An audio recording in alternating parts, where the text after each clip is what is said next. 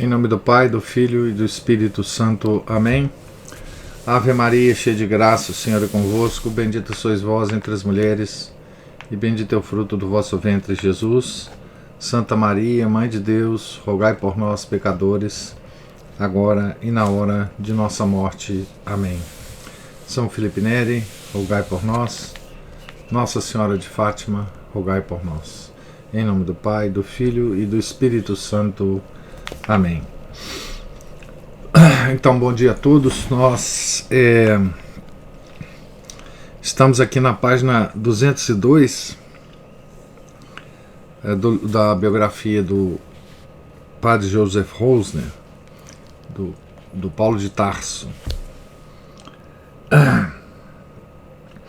Nós ontem falamos então um pouco da chegada do apóstolo, né, à Europa, em Filipos, né, e falamos um pouco da comunidade que ele encontrou lá, principalmente da figura de Lídia, né, a comerciante de púrpura. E agora nós estamos aqui num item chamado A Necromante. Atos 16, versículos 16 a 23, e também 1 Tessalonicenses, capítulo 2, versículo 2. A fundação da igreja de Filipos é um dos episódios mais interessantes e mais instrutivos da vida da igreja primitiva, porque nos permite estudar o nascimento em pleno mundo romano de uma comunidade composta, na sua maioria, de pagãos convertidos, e assim observar mais de perto a mentalidade e a pobreza espiritual do paganismo.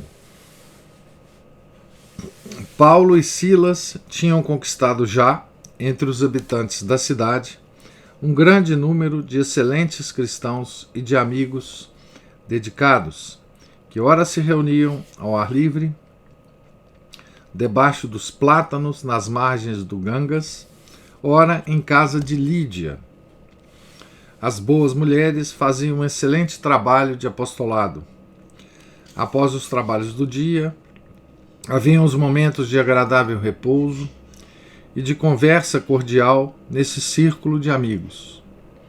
Curiosamente, os Atos dos Apóstolos quase não referem esse aspecto claro e belo da atividade apostólica, o convívio afetuoso e íntimo entre os apóstolos e os neocristãos, que só descobrimos com certo esforço nas entrelinhas da epístola aos Filipenses.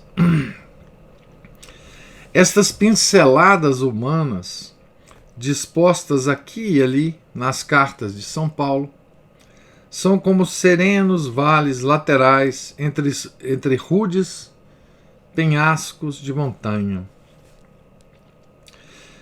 Mas o interesse de Lucas, o historiador da missão apostólica, centra-se nas asperezas e dificuldades, pois os Atos dos Apóstolos são um livro heróico, uma epopeia, e descrevem de preferência os dias de luta, mal indicando as temporadas serenas que há nos intervalos.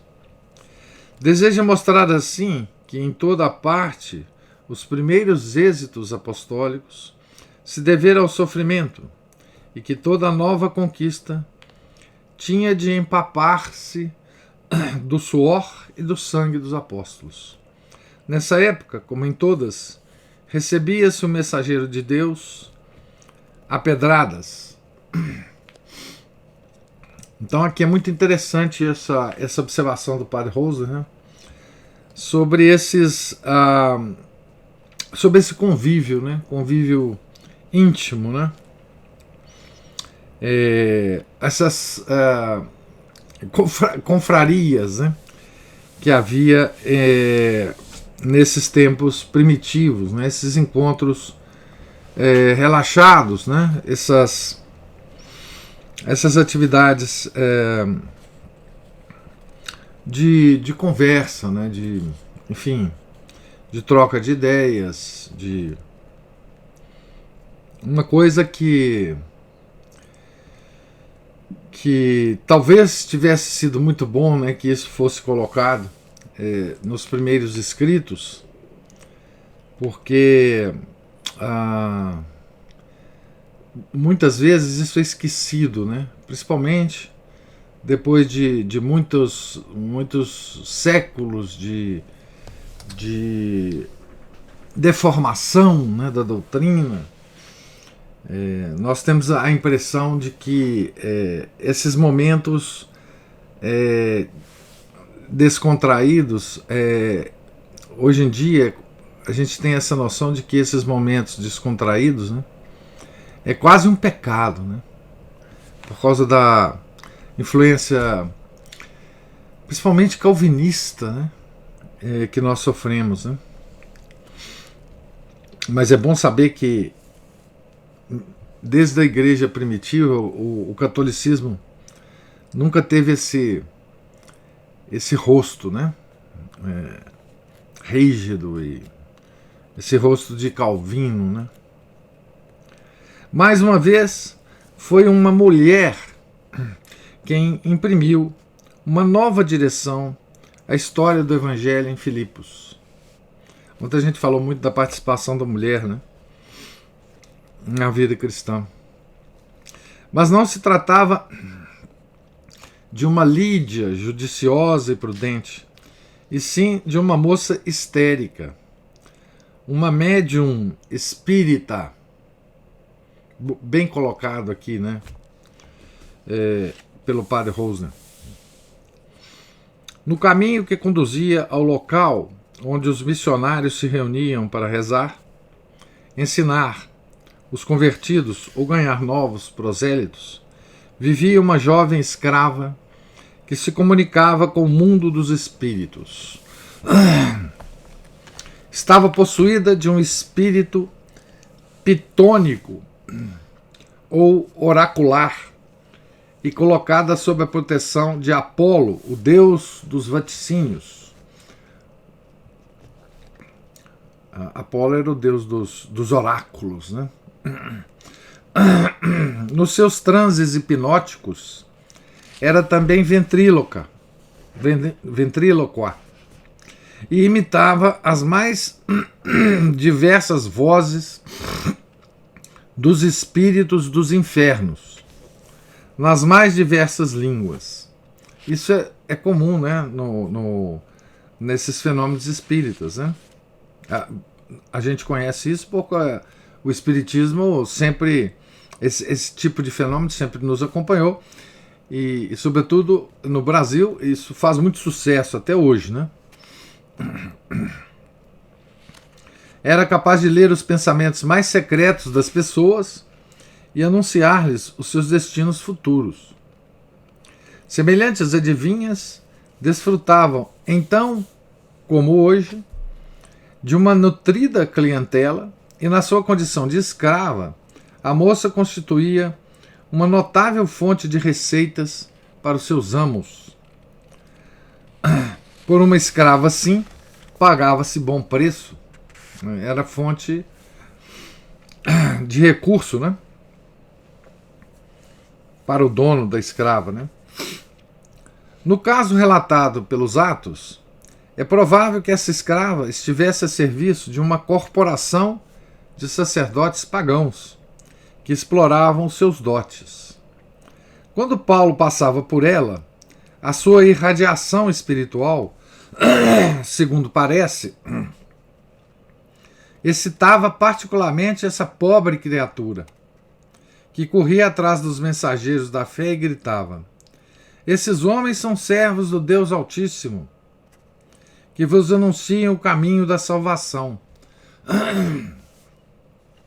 Isso a moça falava, né?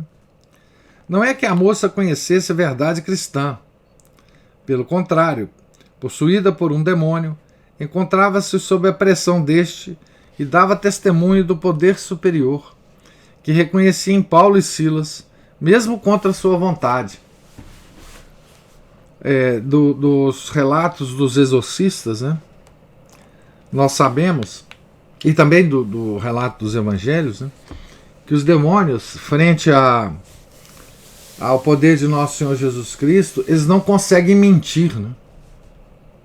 Eles falam a verdade, né? O epíteto de Altíssimo,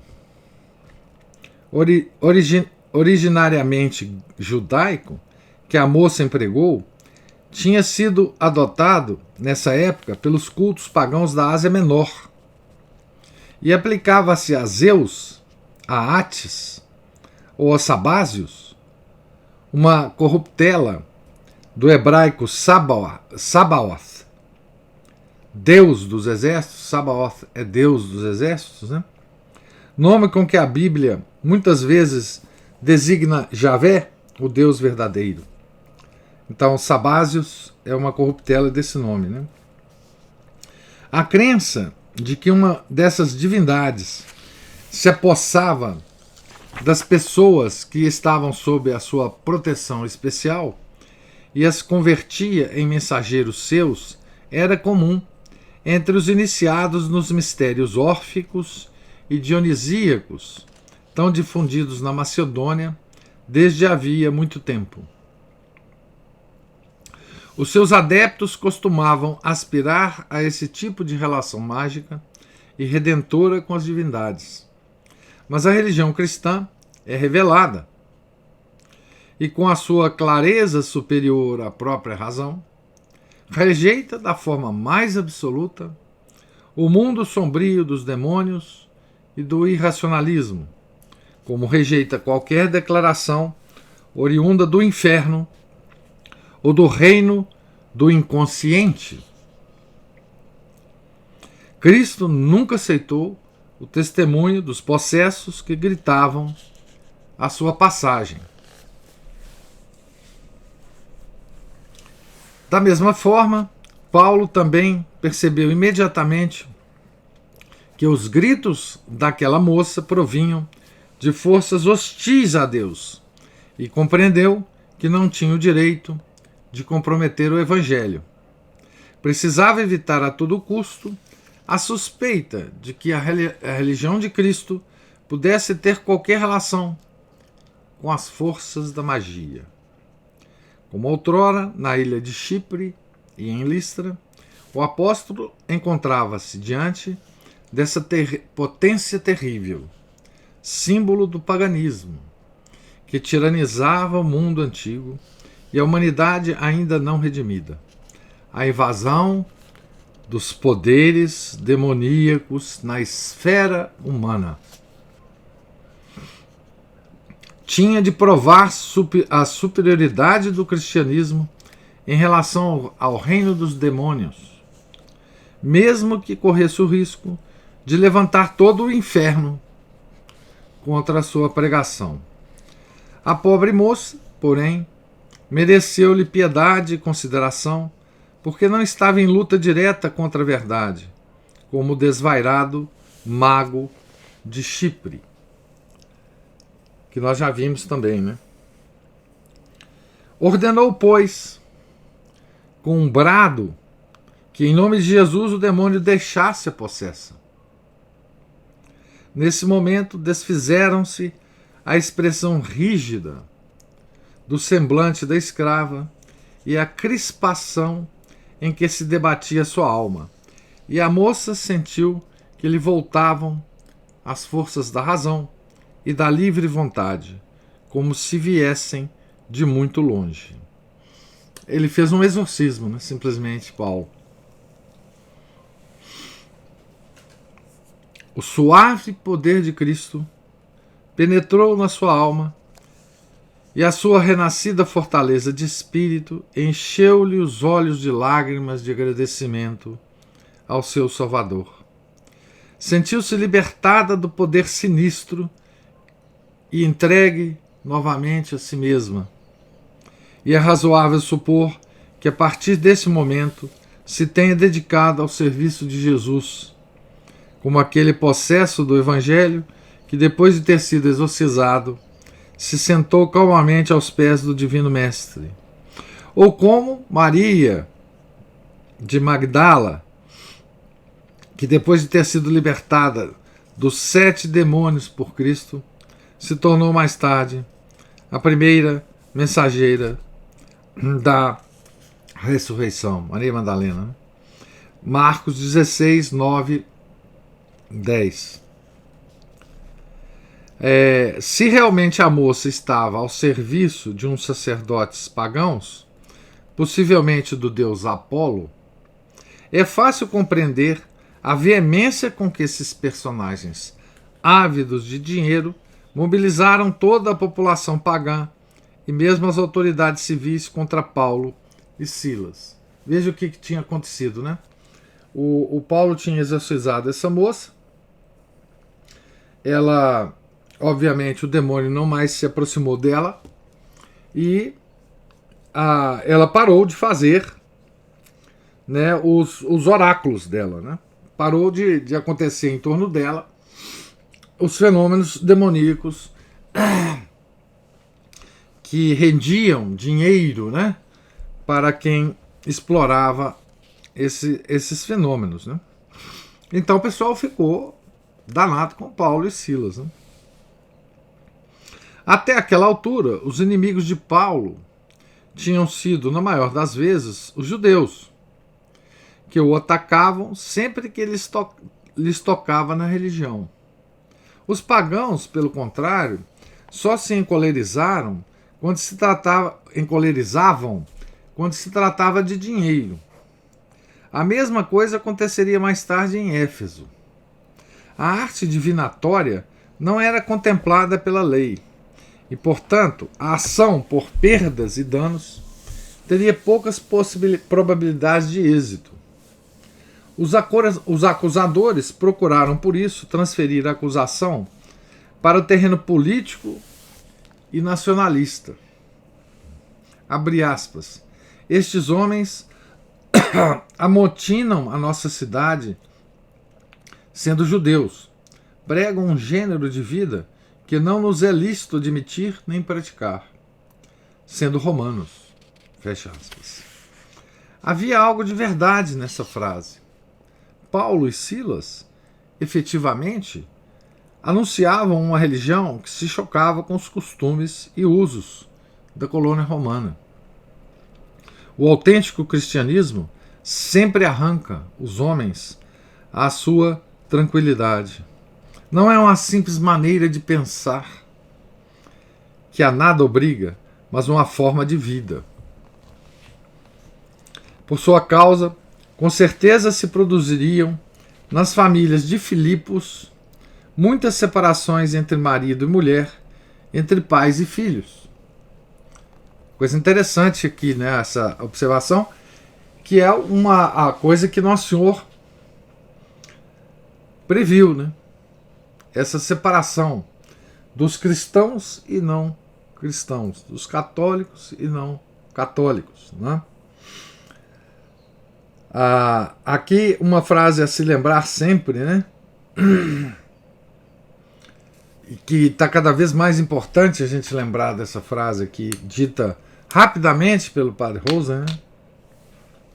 Que é o seguinte: o autêntico cristianismo não é uma simples maneira de pensar,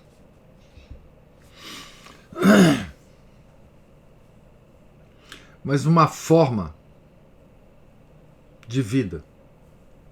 Né? Então, nós não temos, nós cristãos autênticos, né? Nós não temos simplesmente uma nova filosofia. Né? Nós temos também, mas não somente, né? Uma nova filosofia, um novo modo de pensar, né? Nós temos uma forma de vida, né? Eu sou o caminho, a verdade e a vida, né? A vida do autêntico cristianismo é a vida do seu fundador, né? A vida de Cristo. Então o cristianismo autêntico sempre arranca os homens da sua tranquilidade. A tranquilidade que é oferecida pelo mundo, né?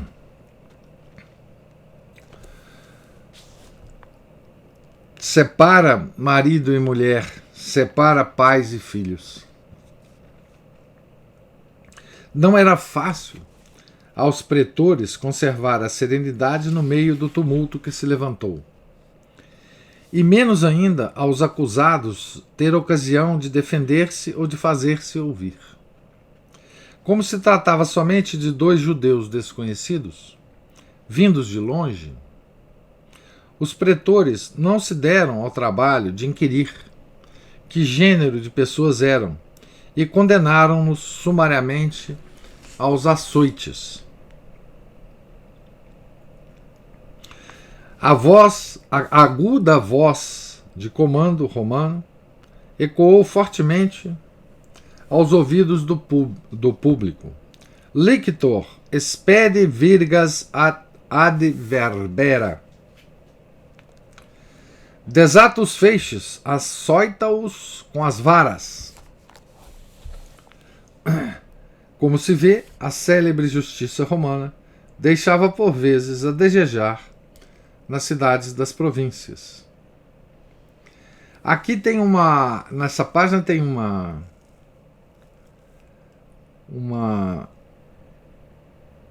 um quadro, né, do Paulo preso e açoitado. Provavelmente é um desenho de tipo uma iluminura, né, do século XIV. Deixa eu ver se eu mostro aqui. São 2 quadrinhos, o primeiro o Paulo preso e depois o Paulo recebendo os açoites, né?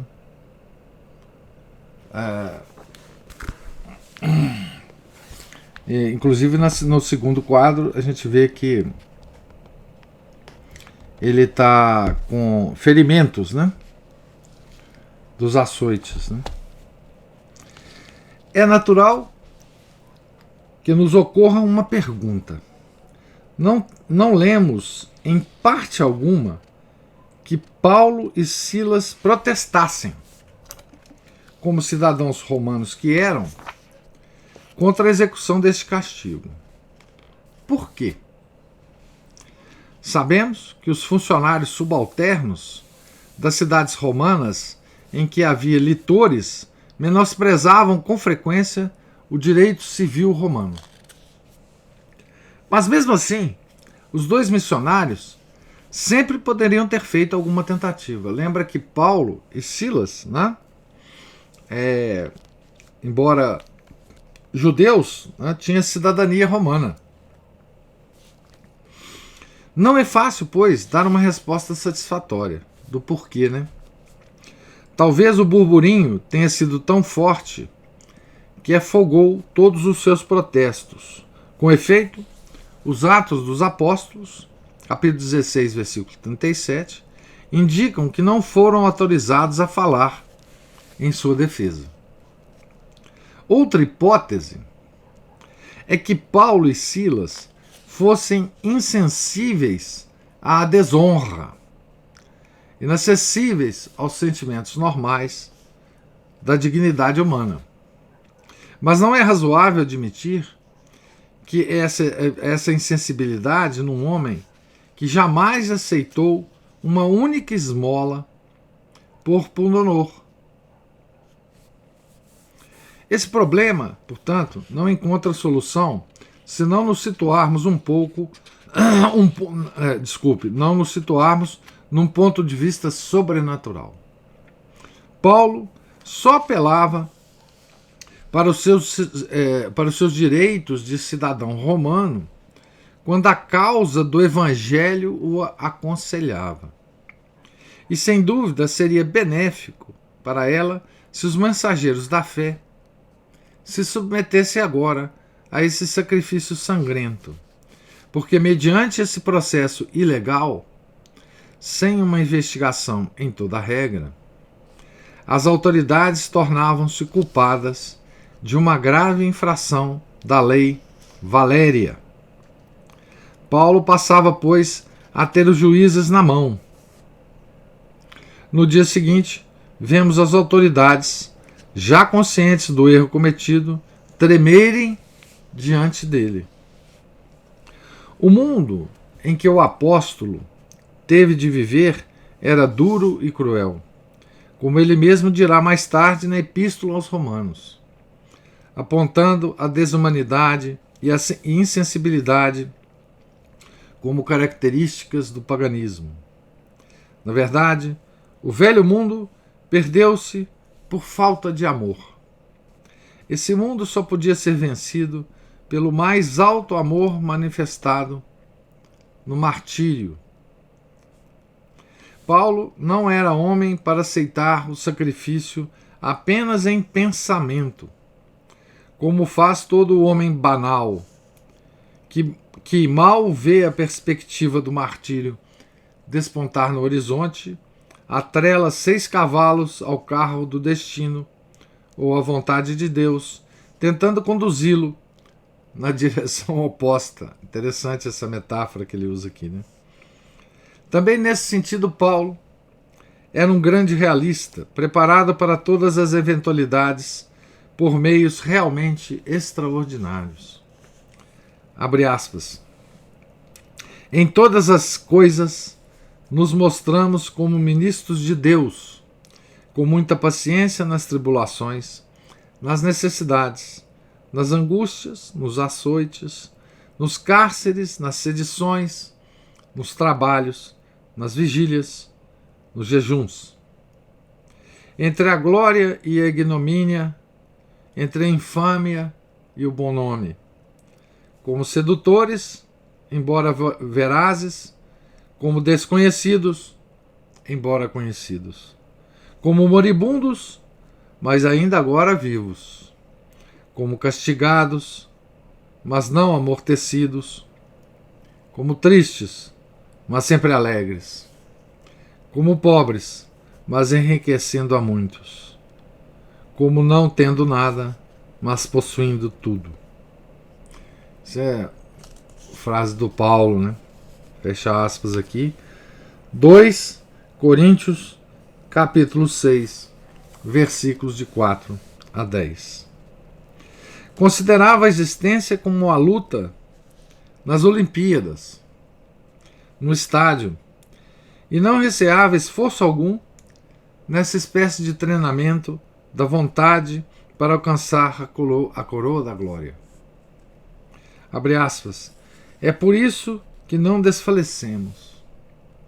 Antes, pelo contrário, embora se destrua em nós o homem exterior, todavia o interior vai se renovando de dia para dia. 2 Coríntios, capítulo 4, versículo 16. Um homem de semelhante critério não é facilmente vencido pelo mundo. Então, aqui, veja que aqui Paulo se defronta não com a perseguição dos judeus, né, a ele, que vai existir em outras cidades, né, que já existiu na primeira viagem, né. Não vai ser essa perseguição que ele vai encontrar aqui, mas sim a perseguição do paganismo, né? Que é a outra faceta da perseguição à igreja, né? É essa faceta, né? Que nós vamos ver em evidência, né?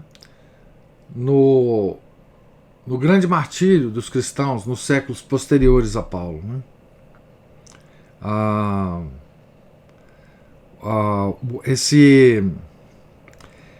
essa perseguição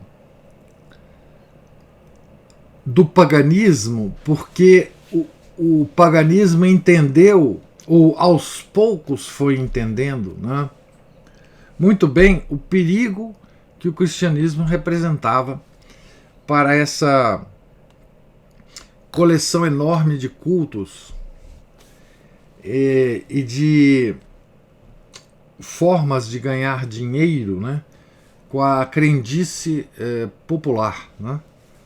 Então, essa multiplicidade de deuses, de oráculos, de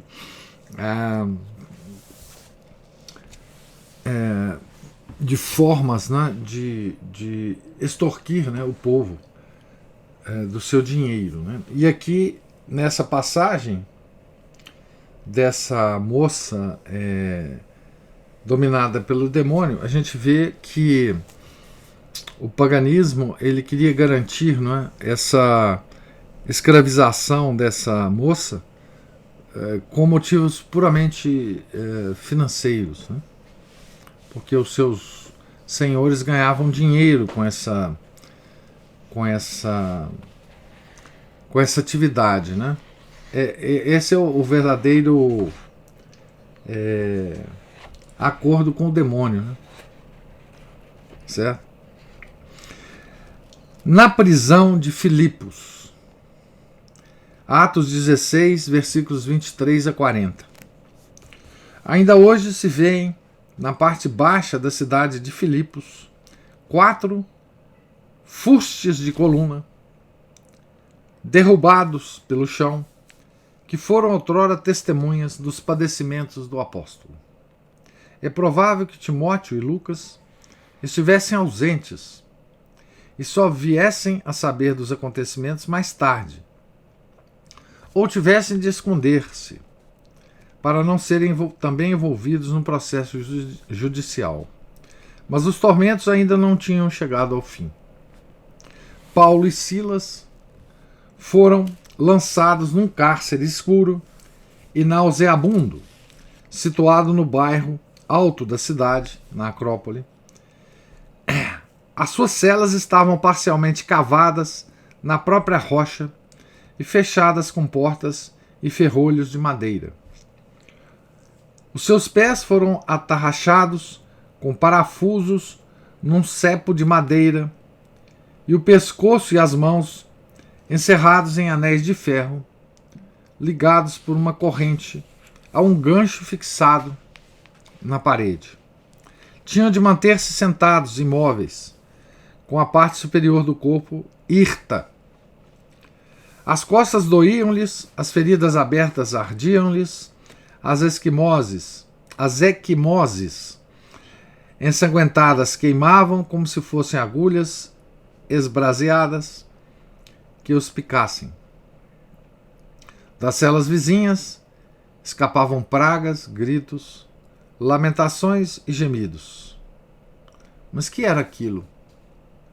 Depois da rendição da guarda, no começo da terceira vigília da noite, começou a ouvir-se um cântico jubiloso, como nunca os muros daquela prisão tinham escutado. A princípio, não passava de um leve murmúrio doloroso. Depois, a voz cresceu, sonora e radiante, tão forte que as paredes ressoavam. Os companheiros de sofrimento interromperam suas pragas e emudeceram um após outro. Em silêncio e atônitos, escutavam. Quando o Senhor reconduziu os cativos de Sião, estávamos como pessoas que sonham.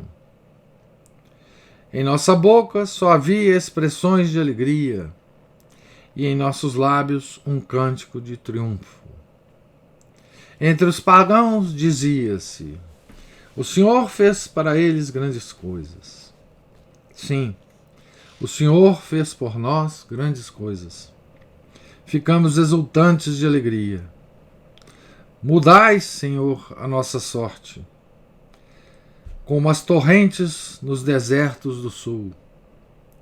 Os que semeiam entre lágrimas, colherão com alegria. Na ida caminham chorando os que levam a semente a espargir. Na volta virão com alegria quando trouxerem os seus feixes. Salmo 125.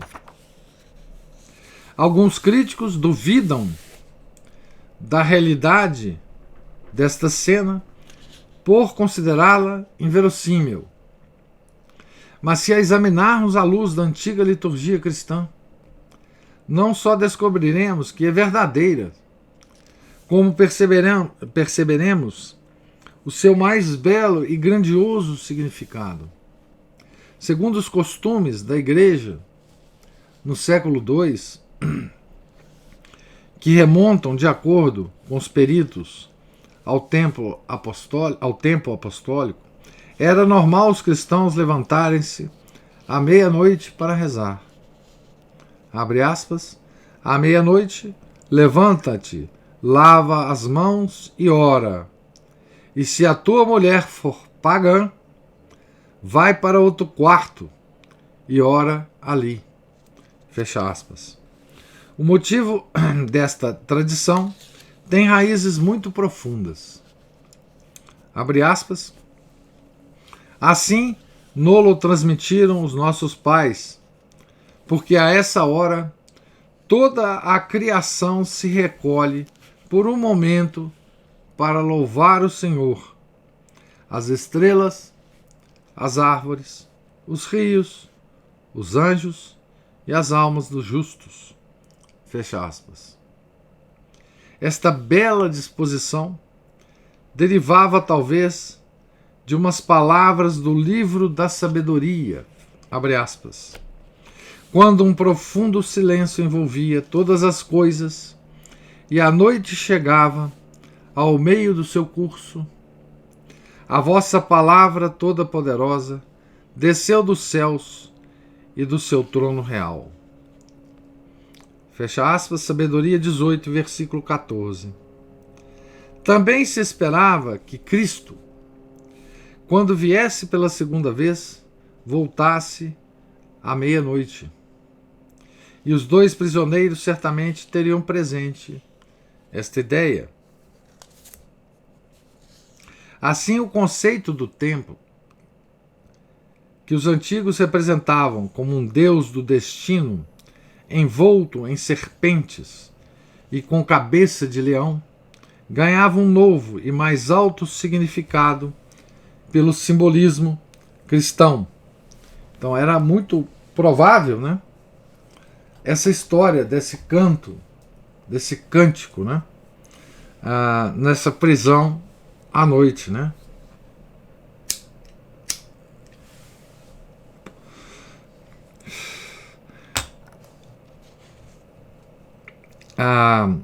E aqui tem uma nota esclarecedora, né,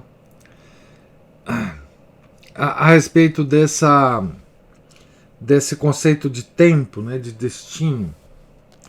A ideia do destino e o medo perante o destino encontravam-se profundamente arraigados na alma grega. Hoje também nós temos, né? Esse medo hoje, nós também temos ele, né? O paganismo, o neopaganismo, um paganismo pós-cristão, também tem esse medo, né, do destino.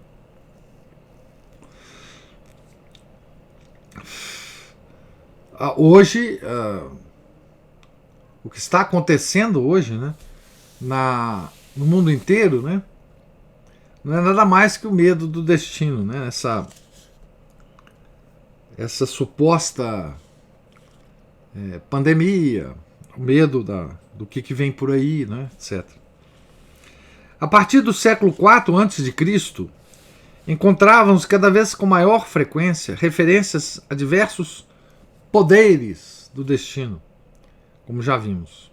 Os próprios deuses pagãos estão submetidos à força inexorável da casualidade natural e também o curso da história,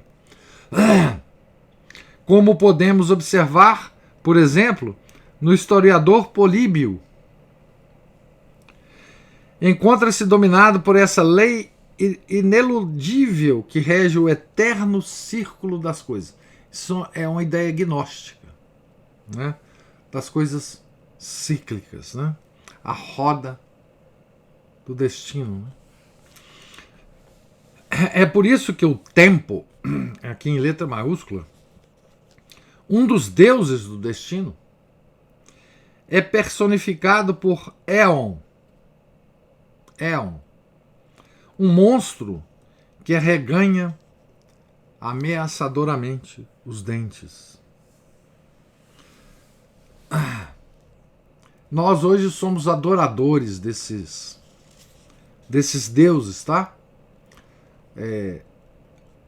Nós não personificamos esses deuses como a antiguidade personificava.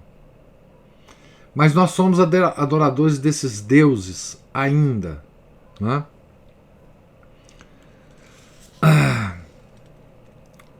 Tempo, um dos deuses do destino, é personificado por Éon, um monstro que arreganha ameaçadoramente os dentes.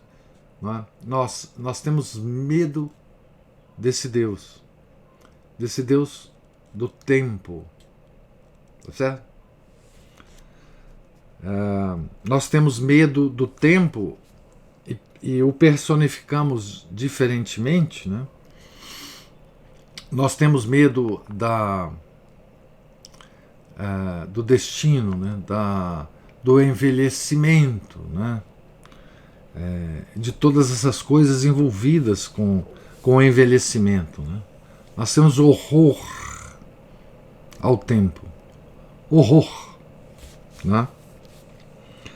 Quando Paulo admoesta os colossenses, abre aspas, estais atentos para que ninguém vos seduza por meio de uma filosofia inútil e falaz e por vãs sutilezas fundadas sobre tradições de homens segundo os elementos do mundo e não conforme a Jesus Cristo. Fecha aspas, Colossenses 2, versículo 8. Parece-nos que por elementos do mundo devemos entender também os deuses pagãos dos astros e dos destinos. Então, as tais práticas divinatórias, os oráculos, a astrologia, são todas tecnologias, digamos assim, desenvolvidas por esse nosso horror, né? A passagem do tempo. Né? Por isso também a ideia da volta, né? Que o tempo os ciclos vão se repetir, né? Eles vão voltar, né? A roda vai girar, passar e voltar, né? É provável que o apóstolo também se refira a eles ao descrever a luta do cristão contra, abre aspas, o príncipe que exerce o poder sobre este ar, espírito que agora domina sobre os filhos da incredulidade. Fecha aspas, Efésios 2, versículo 2. Ou quando recomenda aos Efésios, abre aspas, resisti-vos da armadura de Deus, para que possais resistir às ciladas do demônio.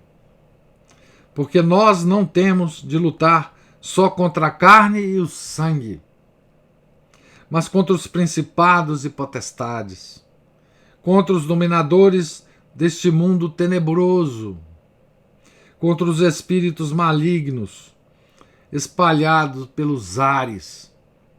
Fecha aspas, Efésios 6, versículo 11 e 12. Essa frase é muito lembrada, né? Esse versículo é muito lembrado, né? No paganismo pré-cristão, houve muitos que se apresentaram como redentores da opressão do destino. Ísis era considerada pelos seus adeptos como, abre aspas, a dominadora de Ananke, fecha aspas. A tirania dos astros. Ananke era a tirania dos astros. Os astros significando aqui a passagem do tempo, né? Os astros que rodeiam a Terra, né? Com regularidade temporal, né? Serapis como salvador dos pobres. Vistas a essa luz, adquirem um profundo significado as palavras de Cristo. Abre aspas. Vinde a mim, todos que estáis fatigados e carregados, e eu vos aliviarei. Mateus 11, 28. Então, veja como é que o paganismo, gente, carregava os ombros das pessoas com essas cargas religiosas, conceituais, filosóficas, né? Olha, a carga da passagem do tempo, né? Como uma coisa inexorável e ruim, né? É uma carga absolutamente extraordinária. E essa é a libertação que o cristianismo levou ao paganismo, né? Quando a gente vê o padre Rosner falar, né, sobre como que o paganismo, como que o cristianismo foi uma ação libertadora, como que ele trouxe leveza à vida das pessoas, né? Como que o entendimento, né, do cristianismo em relação à passagem do tempo, né? Como que o cristianismo alivia essa carga, né? Como que a aceitação, não é,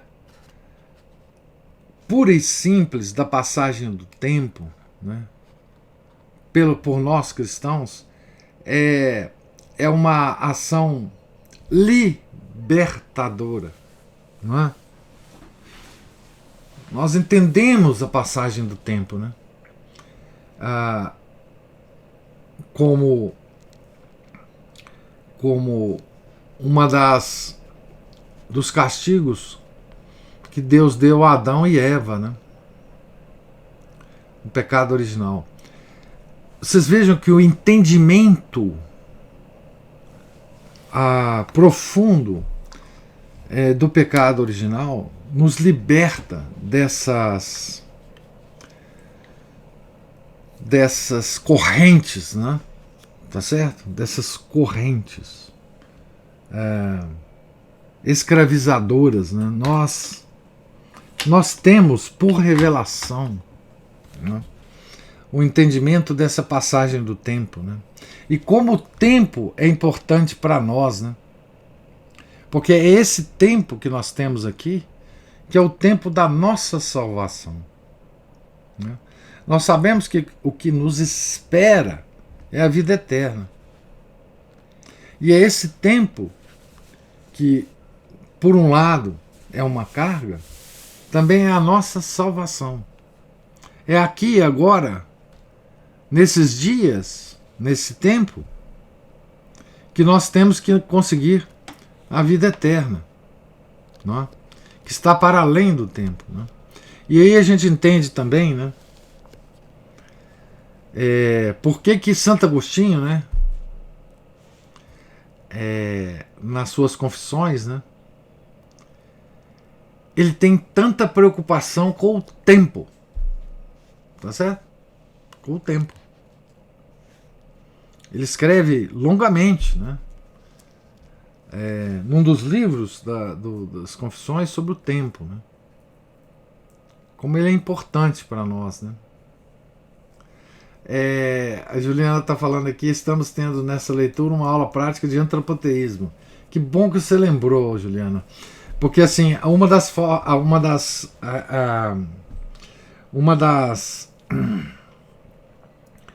das características da gnose é o ódio ao tempo. O ódio ao tempo, né? Nós vimos isso com muito detalhe, né, no livro do professor Orlando, quando nós o lemos e comentamos, né, sobre essa particular, específica característica da gnose, né? Nós temos ódio à passagem do tempo, né? E de tabela, ódio a Deus, né? Tá certo? A Juliana fala que o que temos hoje em dia é mais antigo que andar para frente. Exatamente, com cara de novidade. Ah, pobres alminhas enganadas. Exatamente, né? Quer dizer, hoje, como é que hoje se aparece isso, né? Bom, isso aparece com tanta clareza para nós, né?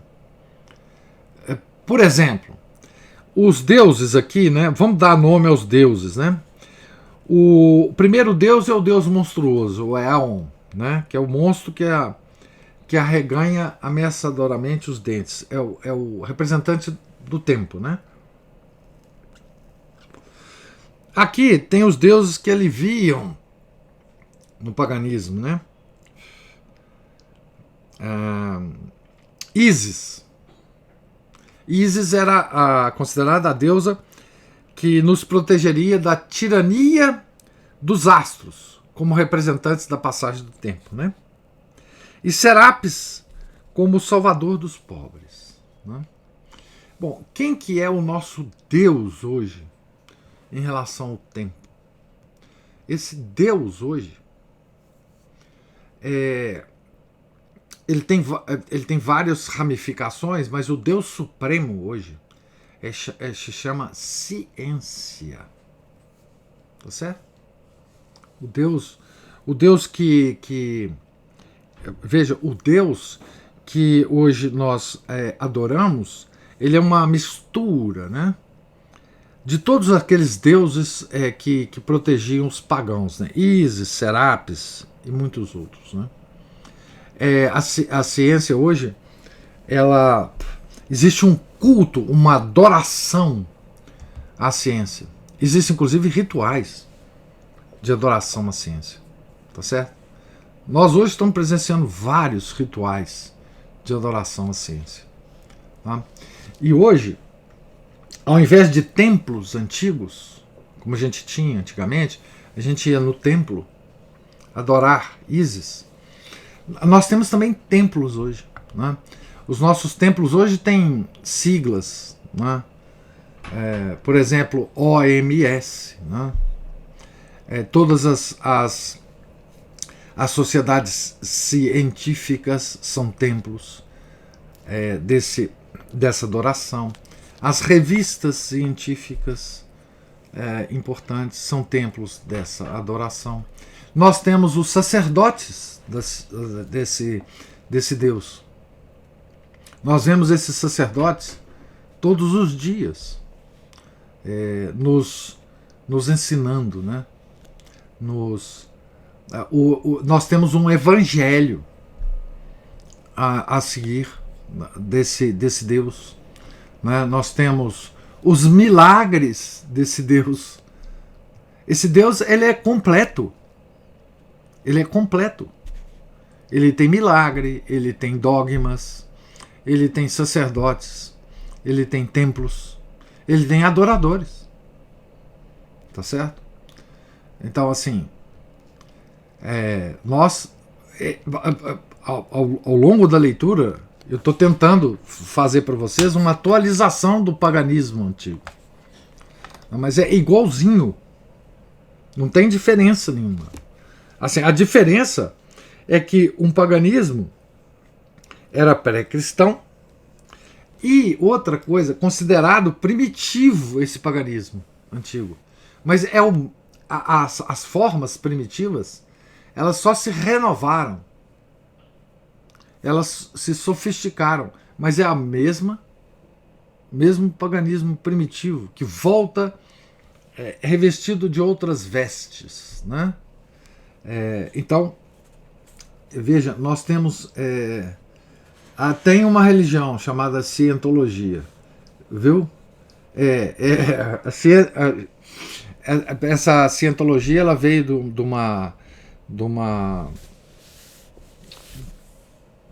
um negócio chamado ciência cristã no século XIX, né? Tem textos do Chesterton a respeito disso, né? A religião do Tom Cruise, por exemplo, sim. Hoje existe essa é uma espécie de religião organizada, né? Pelo menos ela se apresenta como religião, porque o novo paganismo, esse neopaganismo, ele tem uma religião, mas que o mundo não reconhece isso como religião.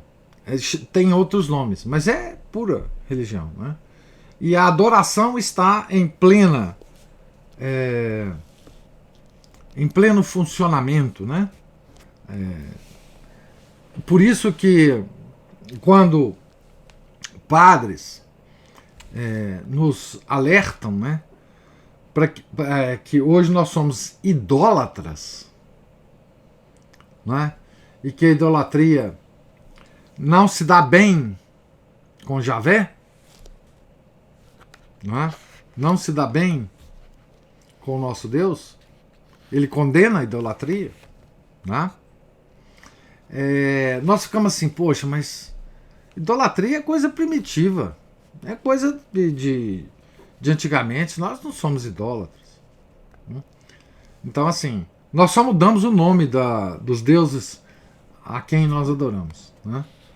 Mas nós somos idólatras, talvez de pior espécie do que os idólatras pagãos, tá certo?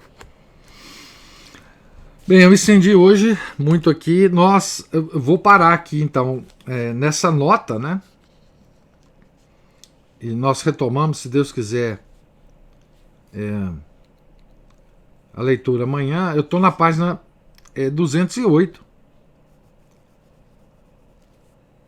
No último parágrafo da página 208, né? Então, a Aline fala assim: hoje o pagão batizado está mais emborrecido, muito mais difícil de querer olhar para a cruz com Jesus flagelado, não consegue vislumbrar depois a ressurreição. Pois é, não, essa idolatria, ela fecha os nossos olhos a tudo, né?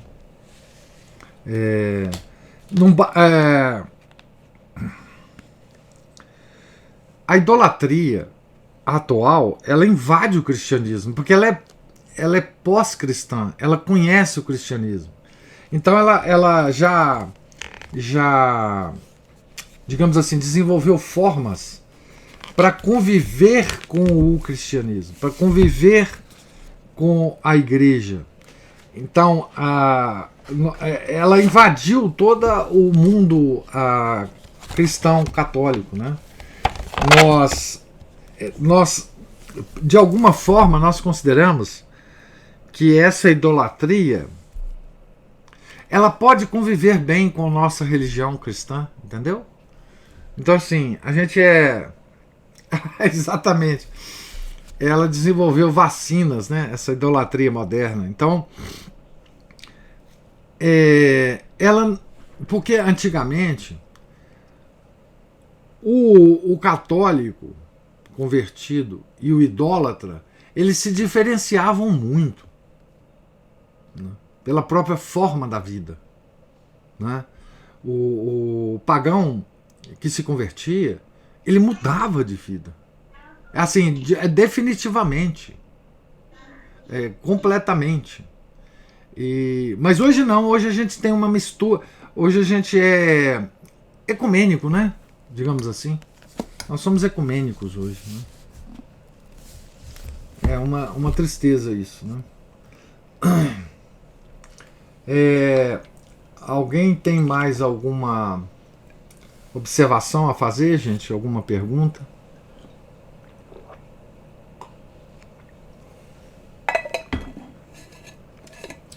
Então, Deus. Diga. O mais incrível é que as pessoas compram a ciência com uma. Ajuda aí. Assim, compram com um valor, né? Assim. Não estou conseguindo colocar a palavra, mas assim, as pessoas compram a ciência hoje, recebem a ciência hoje com um valor assim, sem precedente, assim, sem questionamento nenhum. Quão bom seria se elas aceitassem as verdades, as coisas que estão nos rodeando, como verdade, como elas aceitam a ciência. Ah, pois é, mas o problema é que a ciência é um Deus muito exigente. Porque o Deus da ciência, ele exige de você uma conversão do cristianismo para a ciência.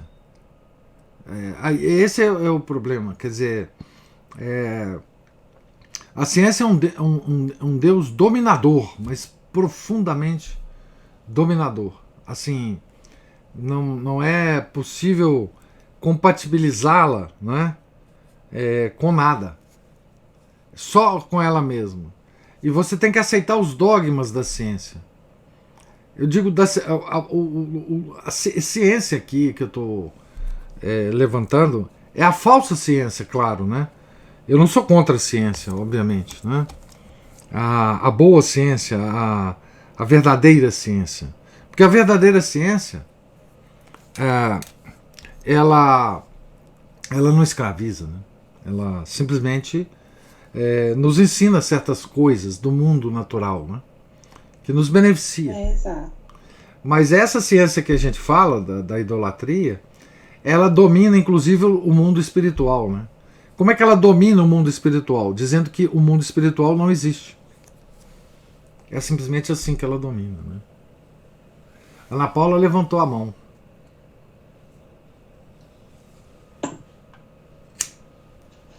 De troca aí é o não sofrimento.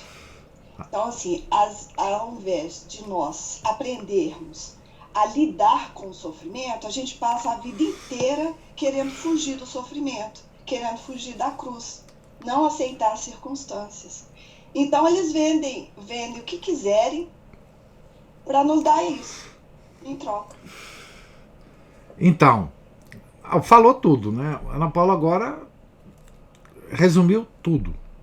Então, o neopaganismo, ele tem horror à cruz. É simplesmente isso. Horror à cruz. Então, tudo que prometer ao homem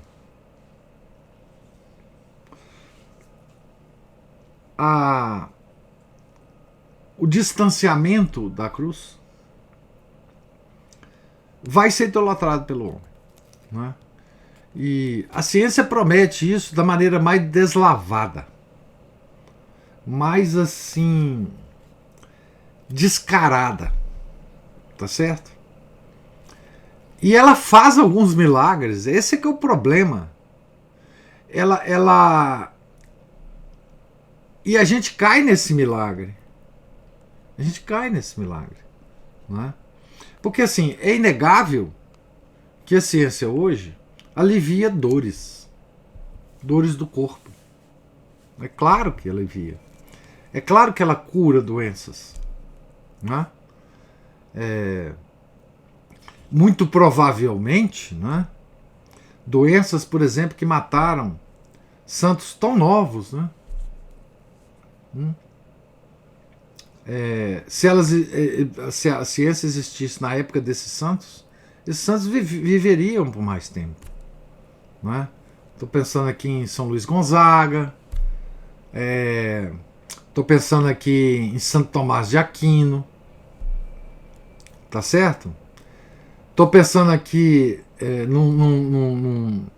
num padre que já deveria ser santo, mas não é, mas o padre Frederic Faber.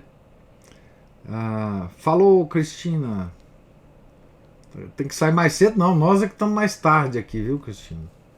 Com Deus, minha cara. Mas, então, se a gente pensar nisso, né, a ciência tem milagres.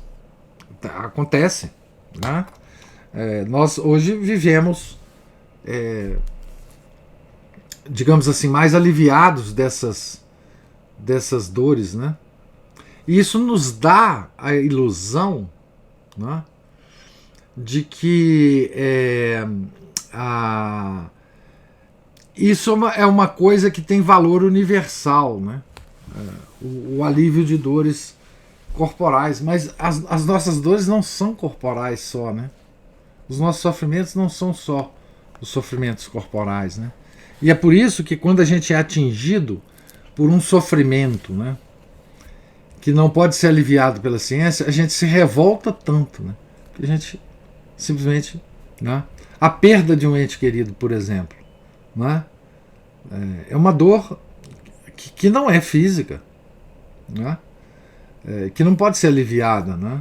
Então, assim, a Ana Paula ela resumiu tudo.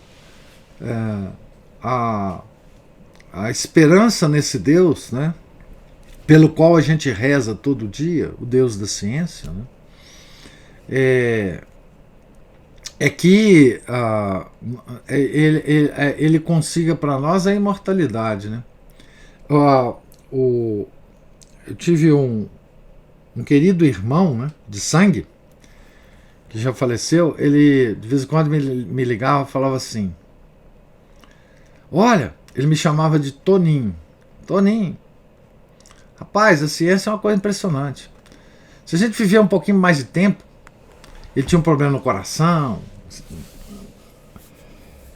Rapaz, esse negócio, a gente não vai morrer mais não. Eles vão trocar tudo aqui, as válvulas todas, vão limpar todas as nossas veias, e nós vamos viver mais tempo. Basta que a gente consiga mais uns aninhos de vida que a gente vai. Então essa é a digamos assim, a esperança nossa, né, na ciência. Veja, esse ideal de vida eterna aqui na Terra, de felicidade completa, que é chamado milenarismo, né, é uma antiquíssima heresia cristã, né? Tá certo? Então, assim, enfim, esses são os nossos deuses pagãos, infelizmente, né? E que nos seduzem profundamente hoje, né? E que nós temos que lutar contra eles para nós nos tornarmos a cada dia mais católicos, né? Enquanto nós adorarmos esses deuses, e eu não estou dizendo que nós devamos refutar a ciência, ou deixar de tomar remédio, ou deixar enfim.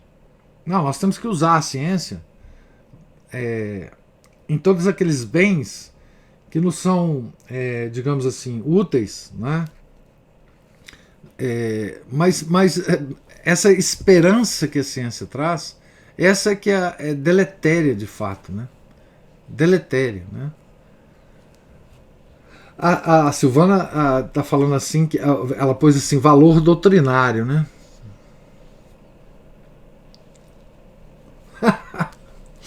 A Silvana, por favor, professor, esse final vale mais um corte para o YouTube.